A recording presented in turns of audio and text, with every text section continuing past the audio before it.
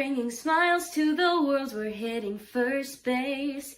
Marty Lurie with friends. Home run, you know the ways and the trends of stories all with the match of the block. It's Marty and friends.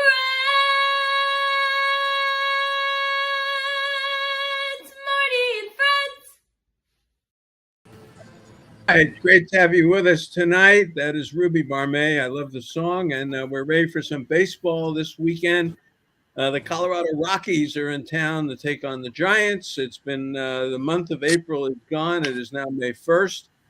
And Marty Lurie and friends are ready to talk to Glenn Kuiper tonight. Glenn, how are you? I'm good, Marty. I couldn't be happier. I'm talking to you guys about Giants baseball, and I'm at the ballpark, and they're getting the field ready for tonight's game. Nice. So it's pretty good. Yeah, I'm a happy man right now. All right, very good. And, of course, our dear friend Michael Gaines, one of the great Giant fans, great baseball historian. Michael, nice to have you back. Thank you, Marty. Thank you. And Glenn, it's an honor to see you. Great. Really. Thank you, Michael. You too. How are you? All right. And our steadfast buddy, Eric, is here. Of course, Eric has his own show. Eric, tell us about your show before we get started. We got Giant Sports Talk Live. We do the post games, and then during the off season, we talk about anything and everything about baseball, Giants related. But we'll talk on other baseball topics as well. And real quick, Glenn, hey, great to see you start your own channel out there. Loved it, man. That was great stuff. Yeah, I'm in. I dove in head first into the pool, the YouTube pool, and I appreciate your help, Eric and Marty. I especially, you've been a tremendous supporter, and you've kind of pushed me into this a little bit. And so, yeah, I got my own YouTube show, the Glenn Kuiper Show, All Giants. So we're rolling. I got a couple videos out today, some fun thoughts I had. And so, yeah, we'll try to stream a live show once a week, maybe twice. Check it out. I hope everybody gets a chance to see it, and I hope they like it. But I appreciate you guys' help a lot on this whole thing. Wow, awesome. Fabulous. All right, good month of baseball for the Giants. Obviously, it is now May. The Rockies are here. The Giants have lost 2 in a row. This is sort of a pregame show for me, which I've done for 30 years. Of course, we got the game tonight at, 6:45 coming up, and this is good. I like doing a pregame show to get you ready for what's coming tonight. First of all, the Giants made a move today on the roster, and Glenn, you're out at the park. Why don't you bring us up to date on Tyler Fitzgerald and what happened with him? Yeah, if you remember, and I remember the play, guys, he dove for a ball to his left on Sunday, kind of overdove it a little bit, and he got up slow.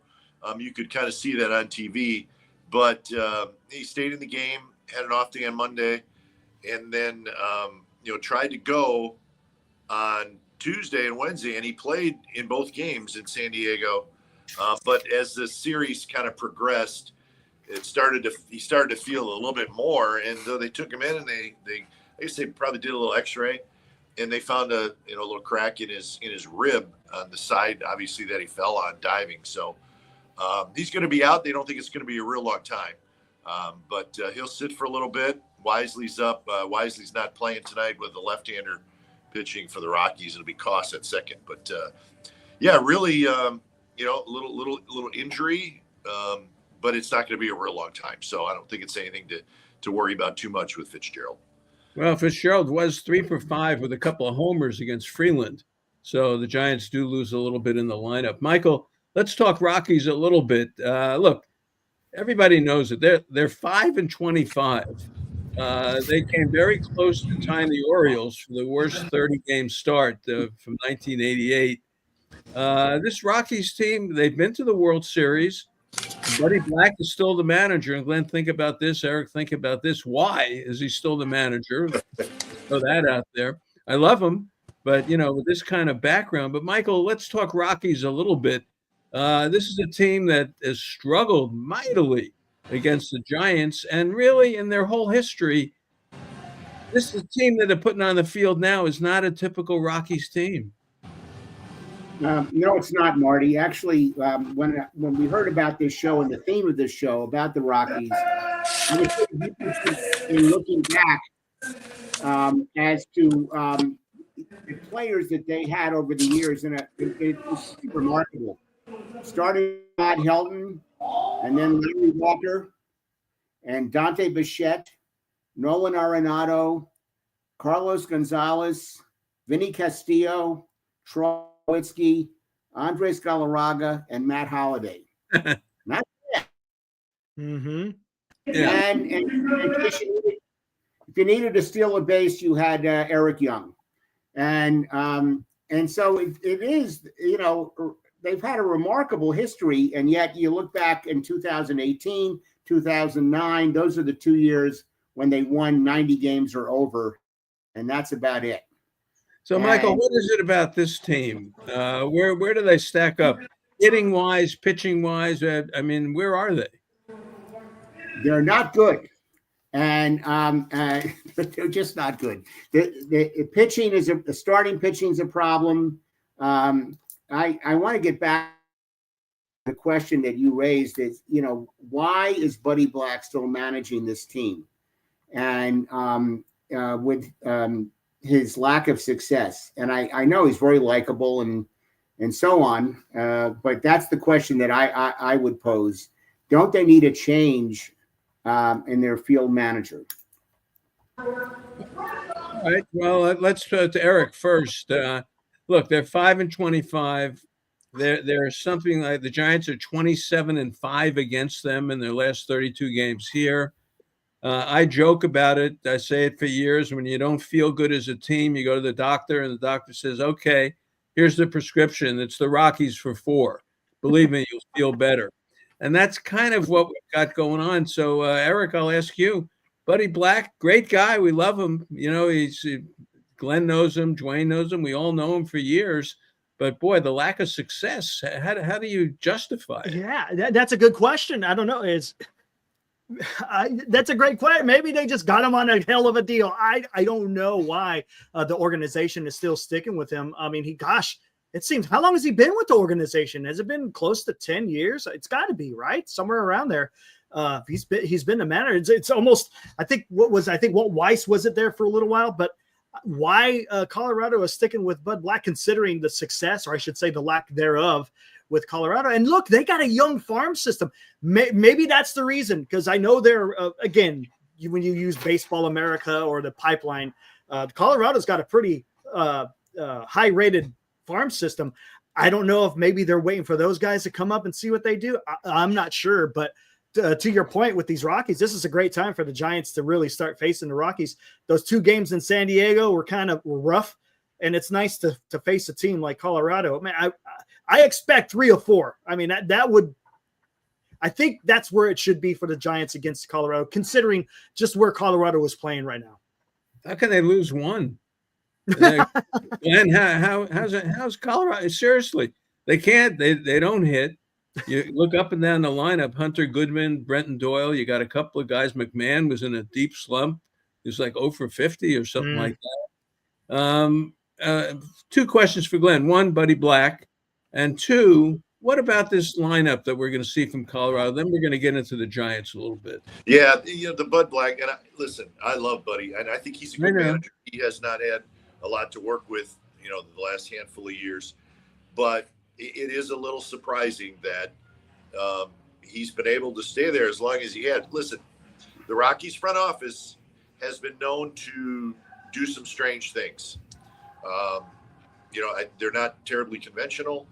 And in this case, maybe they just don't know that bringing in a new manager is even worth it. I mean, I don't know, but I don't know too many places that, with the lack of success that the Rockies have had over the last handful of years, and then you start this season 5-25, I don't know too many places where the manager would have survived.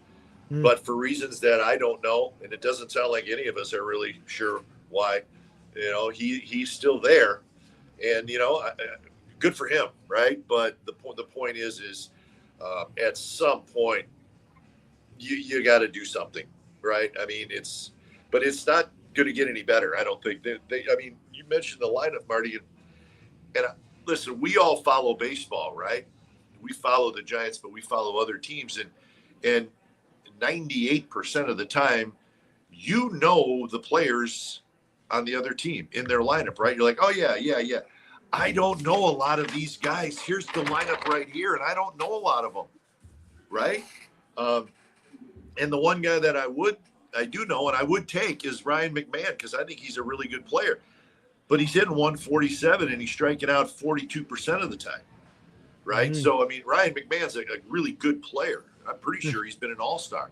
So, he's not doing anything. So, yeah, it's tough sledding. And then on top of that, guys, look at the division they're in, right? You have what's going to turn out to be 4 really, really good teams in your division. I just don't know where the Rockies can turn. I really don't. And even if they do have a good minor league system, you know what they say, prospects, until they get to the major leagues and produce, they're suspects, right? You don't know, right? And so are you rebuilding? What are you doing if you're the Rockies? What's your plan? I think that's probably a fair question. And, I don't know. I have not really seen an answer anywhere for that. Well, they're in an important spot in the West. They're 0-6 against the Dodgers in San Diego. Giants, of course, are 0-2 now against the Padres. Michael, I'll ask you this. You're a good baseball fan, and, of course, you're a good Giants fan. And what's your take on the Giants right now? And then we'll dive into a little bit of some of your thoughts here. Well, I think that, listen, I won't say that they've been exposed, but it does, if there's a pecking order, I mean, it's a tough division. It's not the American League East. And so the Giants have done remarkably well. But you look at their starting pitching, it's not that great. It's not dominant. Then again, the Dodgers starting pitching is disrupted. This is a division that's dominated by bullpens. And, the Giants have this really good bullpen, but they've maybe come up against a bullpen that's just a little bit better in the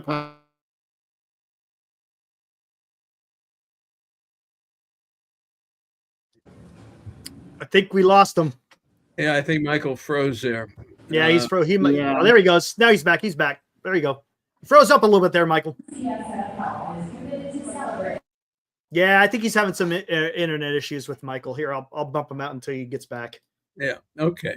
All right. Well, what he was saying was a game of bullpens, which absolutely in this first month, the Giant bullpen. I said it the other day. There's Tyler Rogers. I mean, you look at great relief pitchers. I'm talking about great relief pitchers. Tyler Rogers is right there. Michael was talking about bullpens. I just mentioned Tyler Rogers is right there. Duvall is throwing the ball really well. Walker, all of them. Eric Miller, they're all basically doing a good job. So in the first month for me, that's been all right. Let's talk Verlander a little bit, because he does go tonight against the Rockies. Then we'll come back to Freeland. The Giants have trouble with lefties. Glenn, you know this. They're like 2-7, 2-8 or something against left-handed starters, and they're killing the righties. And we'll go through the lineup a little bit, this right-handed lineup that they got in there. But let's go to Verlander a little bit. Yeah. I'll start with Glenn on Verlander. What do you see from Verlander so far? 533rd major league start. How about that? He's got those 262 wins, 42 years old. Rockies against him. Farmer 1-for-1. McMahon 1-for-5. Owen Miller 0-for-3. Moniak 0-for-7. Trejo 1-for-2. So it's not a lineup that's seen a lot of them, but for Verlander at home in this game, you would think this is made for him. Yeah, and he's got 2 really good back-to-back starts. That game on the Sunday in Anaheim that the Giants let get away in the 9th inning, he was sitting on a W there. 6 innings, 2 hits, a run, and then his last start was here against the Rangers. 6 innings, 4 hits, and 1 earned run. So he's got back-to-back good starts. Then he looked better. And I've said all along, I think he's going to be fine. I'm not really that worried about Verlander. Now, is he going to go, 18-5 like he used to when he was at the top of his game? No, but he's starting to figure it out a little bit. I think Robbie Ray's starting to figure it out a little bit. We've got to keep an eye on Hicks and Roop. as far as the rest of the rotation goes. But I'm okay with Verlander. I like watching him pitch. I like watching him pitch 15 years ago. But yeah, when he's going up against a lineup like this, and we're going to say this every time they play the Rockies, you got to win the game, and that's going to be this weird thing when teams in the division play the Rockies. You're going to go in feeling like we can't lose to these guys, right? And I know, Marty, you mentioned the Dodgers swept them already, the Padres swept them already, but you just like if you lose a game to the Rockies, you're going to be hacked off because you just feel like you have to beat them every time. And I don't care how good or bad a team is, beating them 4 games in a 4-game series, it's not easy to do. So, I think I'd be happy with 3 out of 4, but there is that feeling where you're like, they got to win. They got to beat the Rockies. And you know what? The Dodgers are going to say it. The Diamondbacks are going to say it. And the Padres are going to say it whenever they play them. We cannot lose to the Rockies, especially at home. Right. They may get, there's always a weird game at Coors Field, right? It Yeah. always gets weird once. But I think when you got the Rockies in your own ballpark where, they've won 1 game on the road, and I just looked, guys, it was the second game of the year. Second game of the year they won at Tampa Bay. That's the only road win they have all year. Wow. So, yeah, yeah. You know what? You got to beat them. Got him. 3 out of 4. 3 out of 4. You'll be like, well, all right, okay. But All if you split, you're going to be hacked off.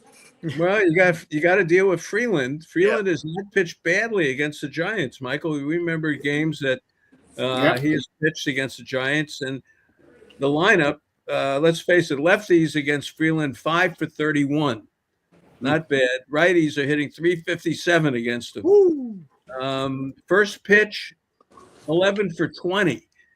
So he's laying that first meatball in there, and just get ready. They're going to go after that. Runners in scoring position, almost 333 above that. Runners in scoring position, 2 outs, 7 for 19. So it looks like, as Freeland he's 31.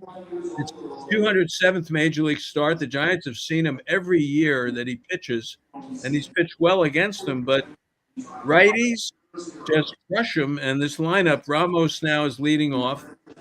Adames, then Flores is in the 3 spot tonight. How about that? Chapman, Yastrzemski.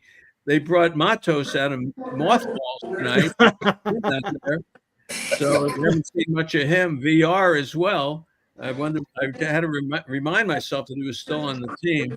And then you get Bailey and Koss. So look, you're not looking at the Cepeda, Mays. Not at all. Not at all. Yeah. Michael, let's talk pitching.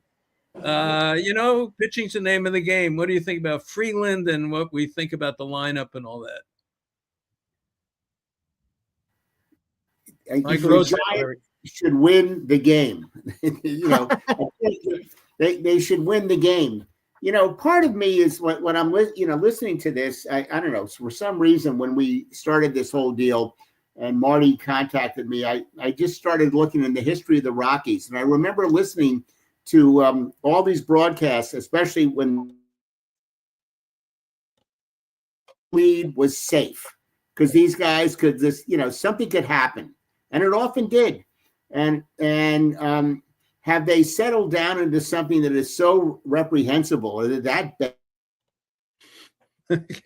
Maybe,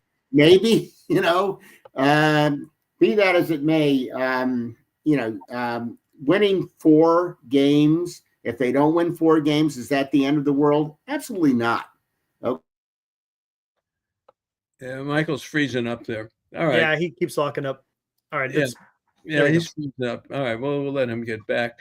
I'll throw it to you guys. The first month is down, and we'll do a first break here. But the first month is down. Any real concerns about the ball club with the first month down? Look, they're 19-11, whatever, 19-12, whatever they are. What are they, 19-11 or 19-12? 12, 19-12. 19-12, yeah. So with that in mind, it's been a great first half of first month. this next month has got a lot of places, and I'll just say this: that the Giants have trouble, and they got to go to the Cubs. Yep. They got to go to Minnesota. Glenn, you know what that's like in Minnesota. Then they're home with Arizona, so you got to deal with Merrill Kelly and Gallen and guys like that. Burns. Then they get the A's at home, and you're going to deal with a couple of lefties there. You know that. Then it's Kansas City at home, and you got Bubick and Reagans, and you got Kansas City and Bobby Witt. Then you go to Washington, which is always trouble, and then you go to Detroit, which has great pitching right now, maybe the best team in the American League, and then the Miami, when there's always trouble. You know that whenever they go to Miami. So this is an interesting month. So let's take a break. We'll come back with Michael as well. And any concerns, then we'll talk about the good stuff about the Giants. But what are the concerns here after the first month? So we'll come back right after this. It's been a pleasure working with Rick Robin this year. Rick Robin, ROBBEN, NapaConstruction.com. Rick, the last time you were on with us, you told us about kitchen and bath remodeling, but there's a lot more going on up in your area. Yes, there is. ADUs, auxiliary dwelling units, which are nose and granny units. We can do your existing garage, attached garage, even building a new unit in the back. And so what we do is come out, bring our architect out there. Such a great thing. No sewer hookup fees, no water hookup fees. So that's what we do.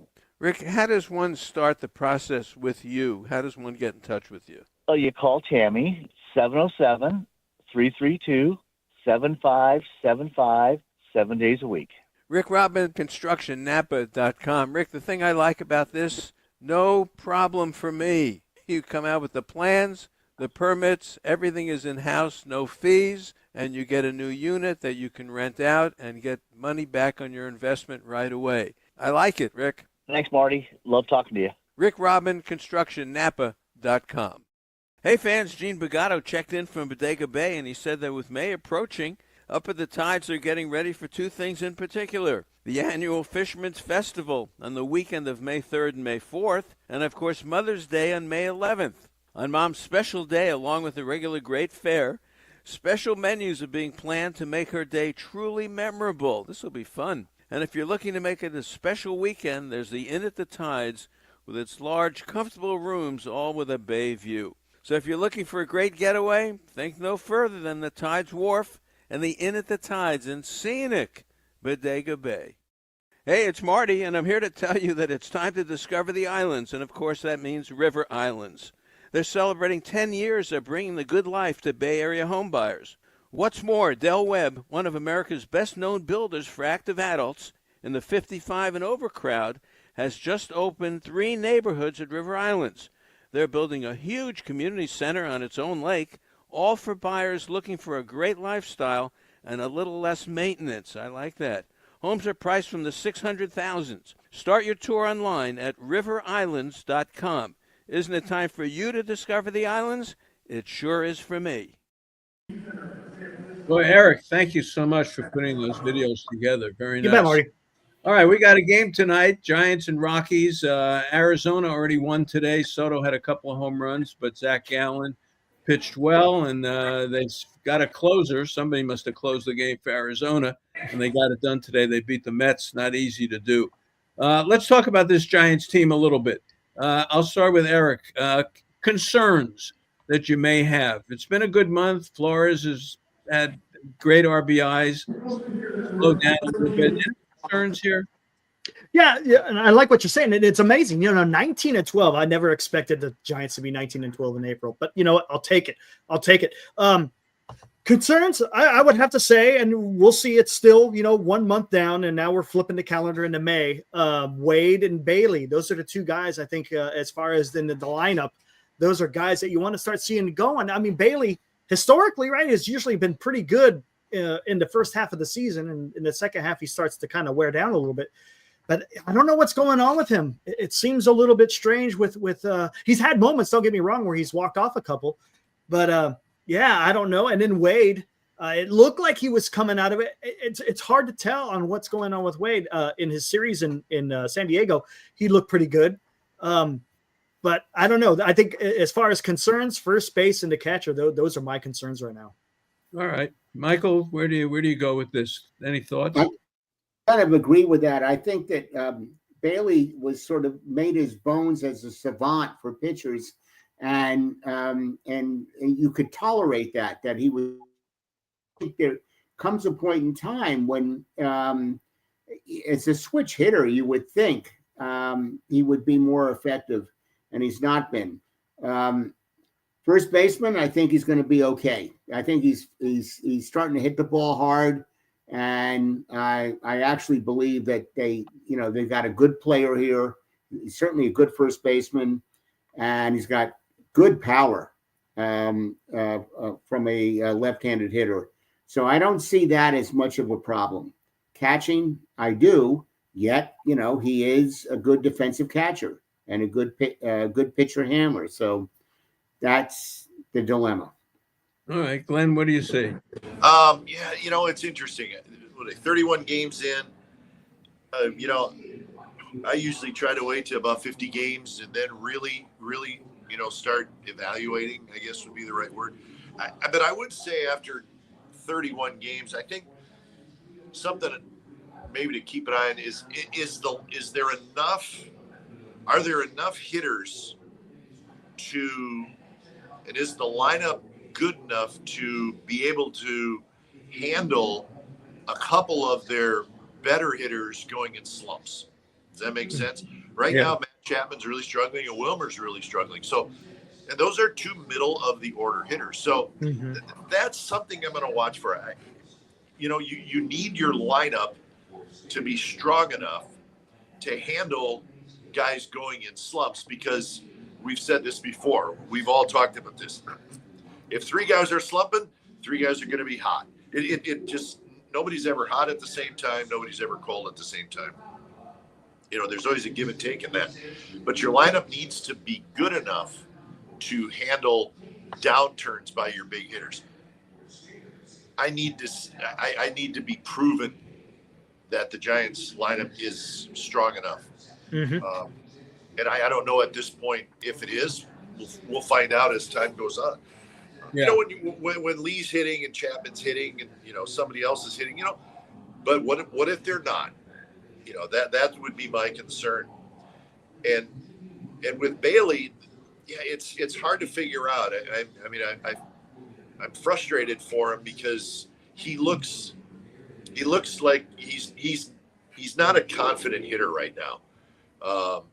And he's just really struggled. But the thing there is he has to be out there because he's so good defensively. Right. The pitchers want him out there. So he's very important, and he's got to play most of the time. He's got to catch most of the games. He's just not doing much of anything offensively. And, and you can't hide a guy in the lineup. It doesn't matter, So that to me is not necessarily a spot, the catcher spot, that you can improve externally. I think he's a better hitter than what we've seen. But we need to start seeing that. And I just don't know where you could go to, make a lineup improvement. Encarnacion's going to be back at some point. That could help. He's a pretty good hitter. The outfield is fairly set. Are you going to go trade for somebody to replace Yaz? I don't know if that's a upgrade. I don't know. So it does lead back to first base. And I think, Lamont looks better to me, striking out less, taking pitches. He looks a little bit more like we've seen when he's going well. So I like that from Lamont, but he's not a 25 homer guy. He's more of he's got some pop, as Michael said, but his thing is get on base, hit the ball in the gap, pump one out once in a while. But that's probably the position that you gotta keep an eye on. You hate to say that after this many games, but the next 3 weeks to a month, I think that gives you a pretty good idea if you need to start looking for help somewhere. Yeah, I always say the first couple of months you figure out who you are, Yeah. Then in June, you start figuring out what you have to get. In July, you go out and get it. Mhm. And I think that's kind of where we are now. The offense for me is worrisome. Chapman is a complete streak player, and he's hitting under 200. This Yeah. weekend, I say it, and I don't want to overemphasize it, but this weekend they should get well. Chapman should have a big weekend this weekend. Lamont Wade should have a good weekend this weekend. He's going to see this lefty and then a bunch of righties. I imagine he's got Marquez on Sunday, who can't get anybody out, and Senzatella is in this one. Who's the fourth starter, Glenn? There's one other one in there. Saturday, it says Ryan Feltner. Oh, yeah, and then they got Feltner. Feltner there. Who And then I gave him a Marquez. decent game. Feltner was decent last year against the Giants. He was Yeah, I all right. remember him. Yeah, so it's 3 righties after tonight. Yeah, but so the lefties, Yash should have a big weekend, and I think Chapman ought to hit the ball hard. But for me, it's the offense. It's the offense, and I'm still a little concerned with Ramos. I love the kid. He plays hard. He runs hard. He plays the outfield very hard. He kicks the ball around a lot. That's him. But it's still the offense for me is the problem. And I'm not convinced yet where these guys are going to be in August. Where will these guys be in August? They're okay now, but where will they be in August? And as like Glenn says, this is a big month for me to see them sustain what they did here. The other thing I don't like is I don't like playing from behind all the time. It's very exciting. It's fun. But as you can see, you run into a bullpen that has guys in it, not going to come back. Now, they don't have Vodnik. Remember Vodnik? He would. Yeah, I remember Vodnik. But they got a couple of relievers who can come in for the Rockies. It's not impossible. So the key for me this series, get runs early. Get them early. And don't allow them to come back. If the Giants can do that, I think they'll be fine. So that's how I see this. That's a great point. And I'm sorry. Go ahead. Go ahead. Glenn. I put that out on Twitter yesterday, and just we've all watched every game, right?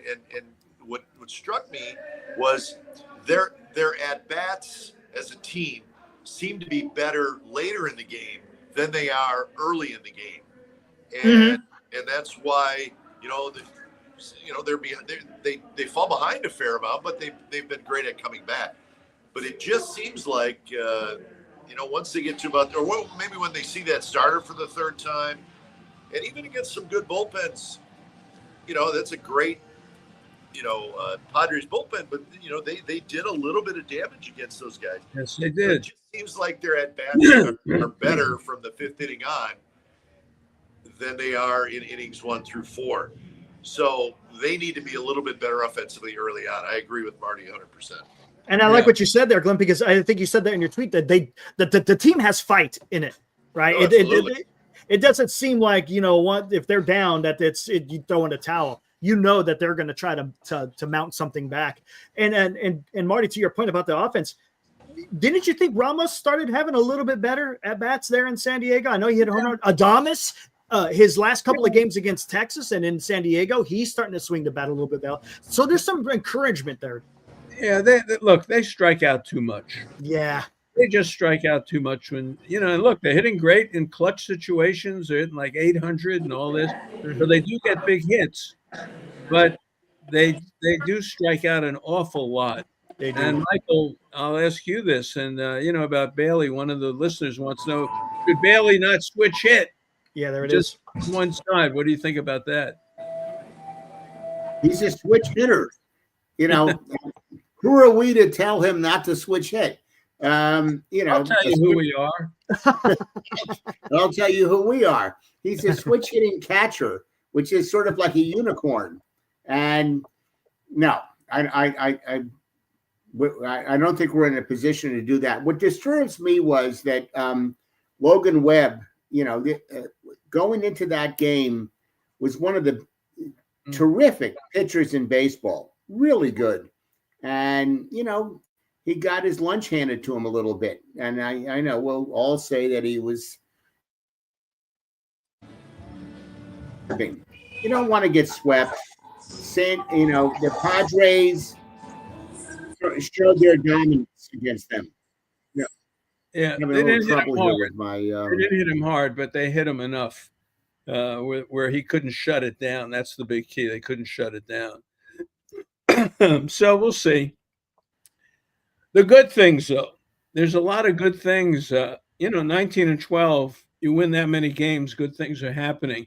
Let's take a break. We'll come back. Let's look at some of the good things that are happening. And let's take a look at the Padres a little bit. What'd you think about the Padres? And a little bit of that, and also the mess the Dodgers are in. They go to Atlanta for the weekend, and the Giants get Colorado.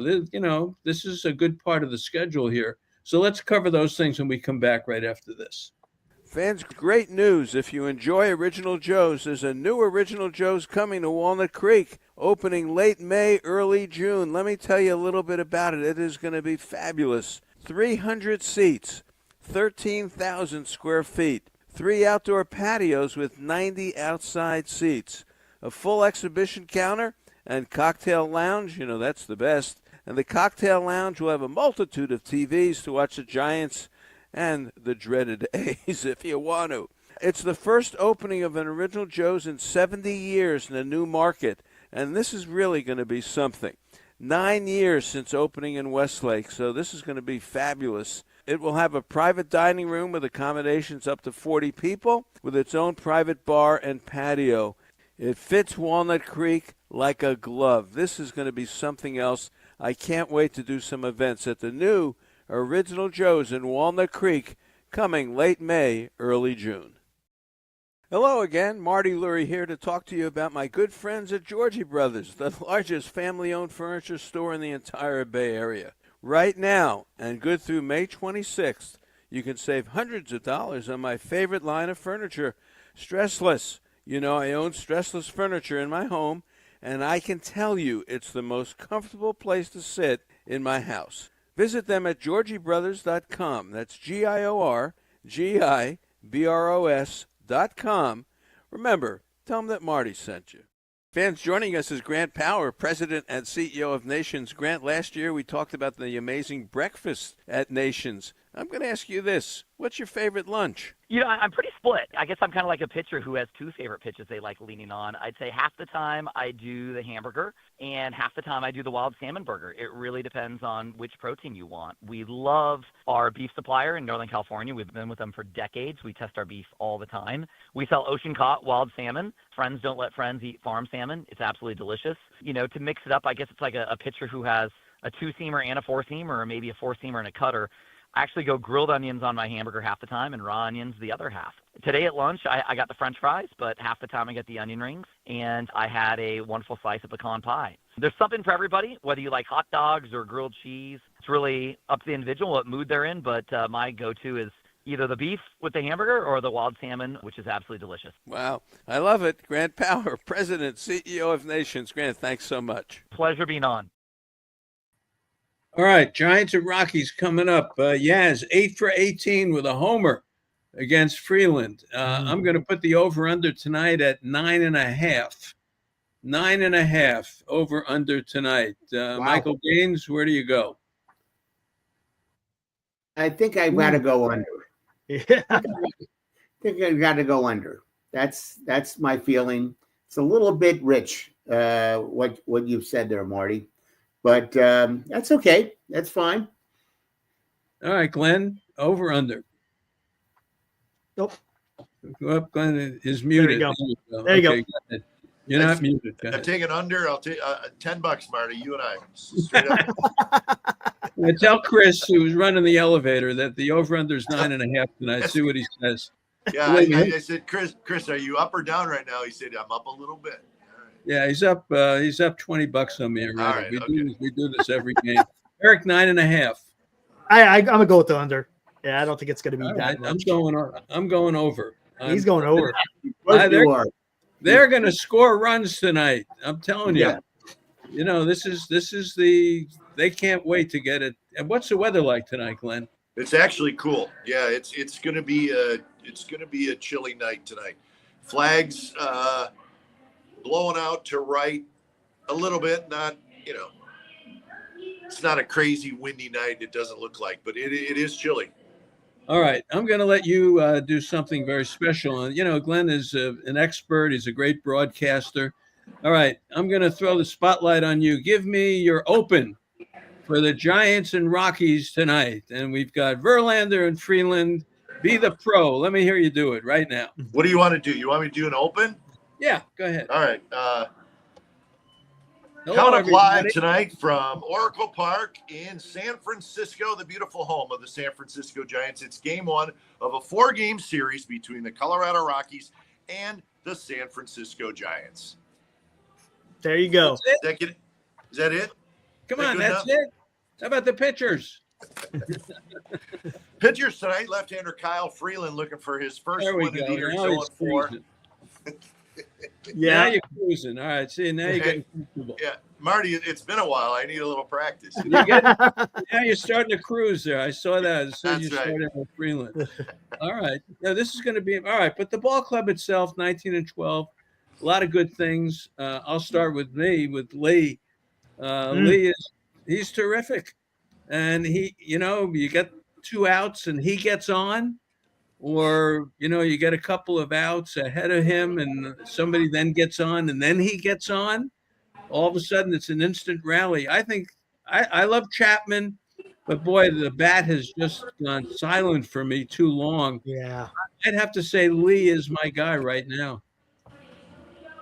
Michael? There's no question. Lee is not only the best player on the team, he's ignited his own crew out there, which is great. I mean, it's very San Francisco. The left side of this infield going in, you would have thought would have been the best thing since sliced bread. But they just haven't produced offensively. And we're hoping that this will be the strength of this team, one of the real strengths of this team going in. And I look forward to that. I think that's what's been missing, and it will happen. It's got to happen for them to excel. There's no question. You worried about Adames at all? Anybody? Eric, you worried? And I said this 3 weeks ago, and I'll say it again. 31 games in, I'll tell you, it's okay. But the guy does, and everyone told me he strikes out 170 times, so he may do it in the first half of the season. Any worry, Glenn, about No, Adames? I mean, I not at understand all? what you're saying. He is going to strike out. He's like Chapman.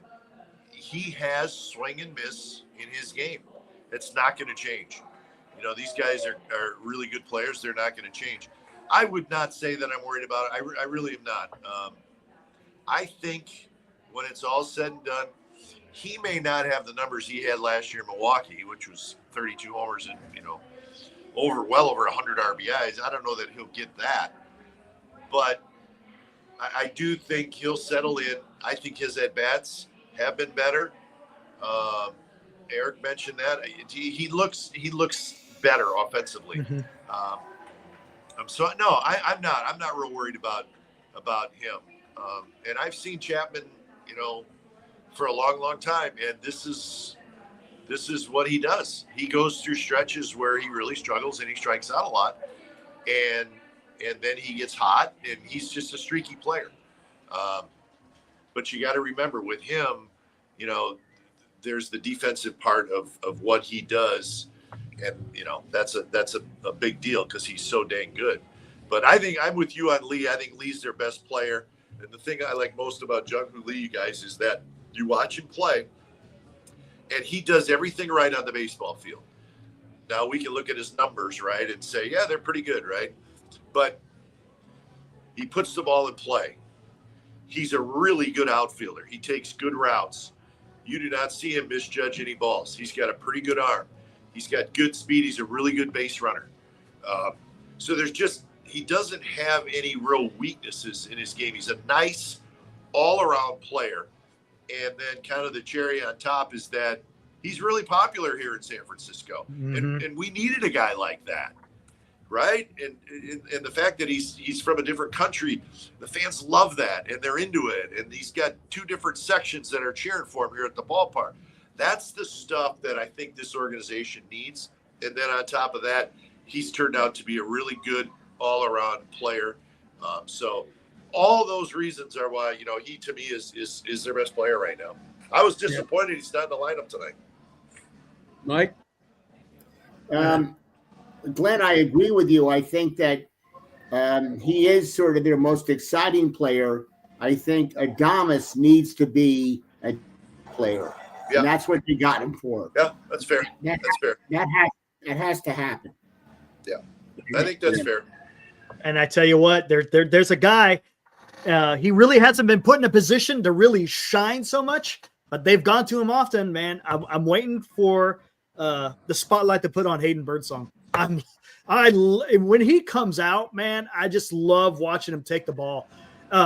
Glenn, you've talked about this before. His presence on the mound. The guy looks like a kid, a teenager on the mound. But boy, I mean, he just takes care of business. I love what he's doing. I think he's only really had one blip where he gave up a home run to Harper, but the wind was blowing and he just got it in the air. I just love what this guy. He's a secret weapon, right? When like if Verlander, if he goes 5 and he's got the lead and he's kind of stumbling, you got a guy that you could go to for another 2 or 3 innings. I love it. Yeah. Not so fast. Not so fast, Eric. not so fast. It's very limited. Birdsong is still throwing way up there in the strike zone. And he's getting away with it. It's April. As we move on to the season, he's going to have to get that other pitch down, and he's going to have to figure out a way to not rely on having to strike somebody out or blow somebody. That changeup is nasty, though. I'll ask Glenn this and Michael and you guys. Would you take Roop out and put Birdsong in now? No, I would not do that yet. And I think, I'm sort of with Eric on this. And, we all love Birdsong. And forgive me if I'm dropping my tone a little bit. The national anthem's playing. But there's something right now this year. He is a huge weapon coming out of that bullpen. Yeah. And, if you absolutely needed to put him back in the rotation, maybe you would do that. But if you took Roop out of the rotation, what would you guys do? Would you automatically put Birdsong? Or would you say, well, let's go get Kyle Harrison, who's pitching pretty well? Put Roop in the bullpen with Birdsong. Now, you'd obviously have to get rid of somebody down in that bullpen. That's for down the road a little bit if their struggles with Roop continue, which, we'll have to just wait and see on that. So I like what the Birdsong kid does in the bullpen right now for this year. He's going to be a terrific starter in his career. But there's something there with having that weapon down there when your starter goes 5 innings. Right. So I kind of like him in the bullpen, lurking down there, knowing that you can get 2 or 3 innings out of him. Now, granted, if you get 2 or 3 innings out of him, he's not going to be available for 2 or 3 days. That's the give and take of the whole thing. But I'm okay with sticking with Roop, see what happens. But I'm leaning right now. Let's leave Birdsong in that bullpen, even if you do anything with the rotation, because there's something there. I like what he's doing a lot. All right, Michael, go ahead as we wrap it up. I kind of agree with. I agree with Glenn. I think right now it would be very disruptive to move him at this point. He's pitching 2, maybe 3 innings. The only question you have in mind, that you're concerned about, is he okay with it? But that's the way it goes. And if we're right about the idea that this division is a division of dominant bullpens, I don't think you want to mess with that right now at all. He's built to be a starter. You look at him; he's definitely a young starter, but somehow he's fallen into this position. And I think the Giants are blessed with it. 2 or 3 innings, he's been terrific, and that's the way it's going to be. Yeah, I think Roop's in trouble. I think he feels it. He doesn't feel confident. He doesn't have all his pitches, and it would be disruptive to do it. But I think you may have to. You may That's have pretty to. good. That was pretty good. That was pretty good. I like it. All right, give me a score for tonight's game, Eric. Go ahead. Oh, let's. I'll go 5-2. Giants. Giants. Okay, Michael. I would think maybe 6 or 7-3. I'm going 7-3. That's near my 9.5 there, pal. True. Michael, you gotta stay under 9.5. Michael. Well, I've changed my mind. All right, go ahead, Glenn. Where are you? I'm gonna go 6-2 Giants. Stay under, and you're gonna owe me $10, Marty. All right, I'm going 7-4 Giants, and the bullpen will be needed in this one. The Rockies are going to hit a little bit. All right. All right. Great show. This is a lot of fun. After this, you got the Cubs for 3, and then we'll be back next Thursday. So we'll do that. One last thought for you. On this series, how many did the Giants win this series, Eric? 3. They win 3. Michael? 3. Glenn? 3. I say they win them all. All right, good. They win them all. I say that every week. All right. Have a good night, everybody. Good show, Eric. Nice job with everything you put together. Thank you. Ryan as well. Thank you, Eric. Thank It's a lot of fun. It's just talking ball. But it's we got baseball tonight. We're going to say good night and watch a game now. So we'll talk to you next Thursday. Have a good night, everybody. Hey, Glenn, great to see you. That was Good great. seeing you, Michael. Let's do this again. You bet. All right. Let's go, Giants. I'm letting you do the open next time. I'll tell you that. All right, I'll be better prepared. All right. And on the left-hander, Kyle Freeland on the mound. I like the way you're cruising, man. I'm getting there. I'll keep working on it. It took you 10 seconds, and you were back in business. All right. All right, let's go. All right, let's go get a win. All right, take care. See you guys. Bye. Thank you kindly. Enjoy the next week. We've got a whole bunch of baseball to speak on here at Marty and Friends.